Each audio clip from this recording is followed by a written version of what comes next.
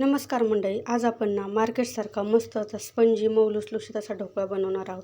हा ढोकळा बनवण्यासाठी काही गोष्टी लक्षात घेतल्या तर ढोकळा अजिबात बिघडणार नाही आहे. तर त्यासाठी एक मिक्सरचं भांडं घ्यायचं आहे आणि त्याच्यामध्ये 1 वाटी भरून बेसन पीठ घ्यायचं आहे आणि ते टाकून घ्यायचं आहे. तर बेसन पीठ हे चाळूनच घ्यायचं आहे आणि मस्त असं 1 वाटी मी दाबून भरलेले. तर 1 वाटी बेसन पीठ घेतले. त्याच्यामध्येच आपल्याला छोटासा एक अद्रकचा तुकडा थोडं असं बारीक कट करून घेऊन टाकून घ्यायचं आहे.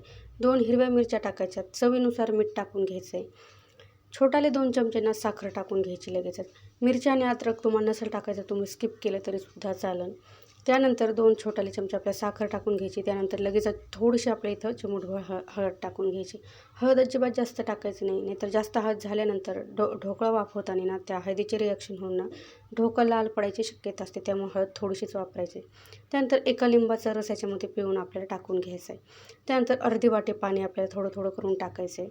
अर्धी वाटी पाणी टाकून याला बारीकसं असं वाटून घ्यायचं आहे. पाणी जर कमी पडलं तर आणखी तुम्ही थोडंसं पाणी टाकूसुद्धा शकता. तर बघू शकता इथं छान असं मी याला वाटून घेतलेले. आता एका मोठ्या वाटीमध्ये मी हे काढून घेतलेले. तर याची कन्सिस्टन्सी तुम्ही बघू शकता. अजिबात जास्तही पातळ नाही किंवा जास्तही घट्ट नाही, अशाच पद्धतीत हे पाहिजे. आता व्यवस्थित त्याला मिक्स करून घ्यायचं आहे. आता लगेच त्याच्यामध्ये छोटाले 2 चमचे आपल्याला तेलसुद्धा टाकून घ्यायचं आहे. तर तेलामुळं काय होतं की हा ढोकळा खाताना घशामध्ये अजिबात अडकत नाही. त्यामुळे आपल्या याच्यामध्ये 2 चमचे तेल टाकून घ्यायचे. आता तेल टाकून व्यवस्थित याला मिक्स करून घ्यायचं आहे. आता जरा वेळेनं 5 ते 10 मिनिटं याला आपण साईडला ठेवूया. तोपर्यंत ज्या कढईमध्ये किंवा ज्या भांड्यामध्ये आपण ढोकळा बनवणार आहोत त्याच्यामध्ये पाणी टाकायचे 2 ग्लास आणि त्याच्यावरती असं स्टँड ठेवून घ्यायचे. स्टँड नसेल तुम्ही एखादी वाटी ठेवली तरीसुद्धा चालेल. ज्या प्लेटमध्ये किंवा ताटामध्ये ढोकळा बनवायचा आहे त्याच्यावर ते ताट ठेवून गरम करण्यासाठी किंवा वाफवण्यासाठी उकळी पाण्याने असं ठेवायचे. आता हे मिश्रण व्यवस्थित असं मिक्स झालेलं किंवा व्यवस्थित सेट झालेले. आता याच्यामध्ये लगेच आपल्याला एक छोटंसं इनोचं पॅकेट टाकून घ्यायचं आहे. तर इनोऐवजी तुम्ही सोडासुद्धा वापरू शकता. मी तर इनो टाकून घेतलं. एक छोटा इनोचं पॅकेट याच्यामध्ये टाकायचं आहे. आता इनो ॲक्टिवेट करण्यासाठी थोडंसं याच्यावरती पाणी टाकायचं आहे आणि लगेच फास्टमध्ये याला आपल्याला मिक्स करून घ्यायचं आहे. एकाच बाजूने अशा पद्धतीने मिक्स करायचं आहे. इनो टाकल्याबरोबर बघू शकता आपले मिश्रण किती फुललेले आहे. एकदम मस्त असं फुललेलं आहे. आता इनो टाकल्यानंतर आपल्याला जास्त वेळ अजिबात टाईमपास करत बसायचं नाही आहे. लगेच आपल्याला हे आपलं जे आपण कढईमध्ये पाणी गरम करायला ठेवलं तर ते पाणी उकळलेलं त्याच्यामध्ये लगेच हे मिश्रण आपल्याला टाकून घ्यायचं. जास्त टाईम अजिबात ठेवायचं नाही, कारण इनो लगेच आपलं काम त्याचं सुरू करतं करायला. त्यामुळे इनो टाकल्यानंतर लगेच आपल्याला इथं ह्या प्लेटीमध्ये काढून घ्यायचं आहे.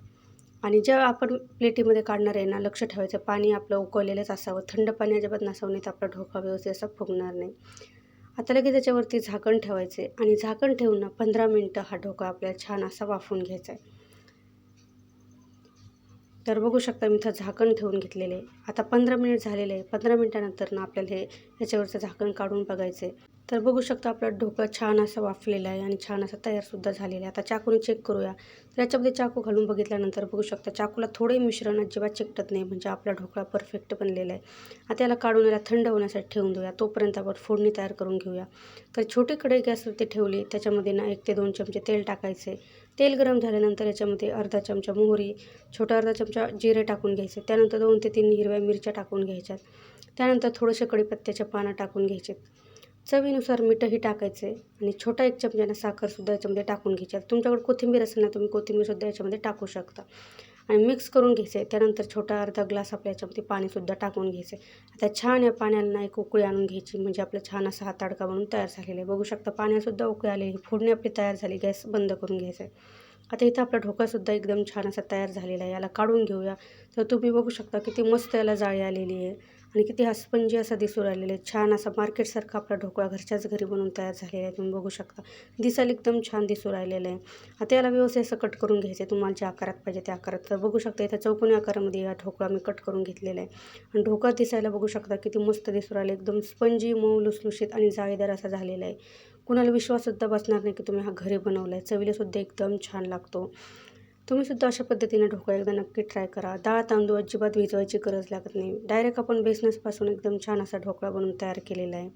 आता लगेच आपली तयार झालेली फोडणी याच्यावरती टाकून घ्यायची आणि छान असा आपला ढोकळा खाण्यासाठी तयार झालेला आहे. काही गडबडीच्या वेळेस तुम्ही हा नाश्ता बनवून तयार करू शकता, कारण याच्यासाठी डाळ तांदूळ भिजवायची सुद्धा गरज लागत नाही.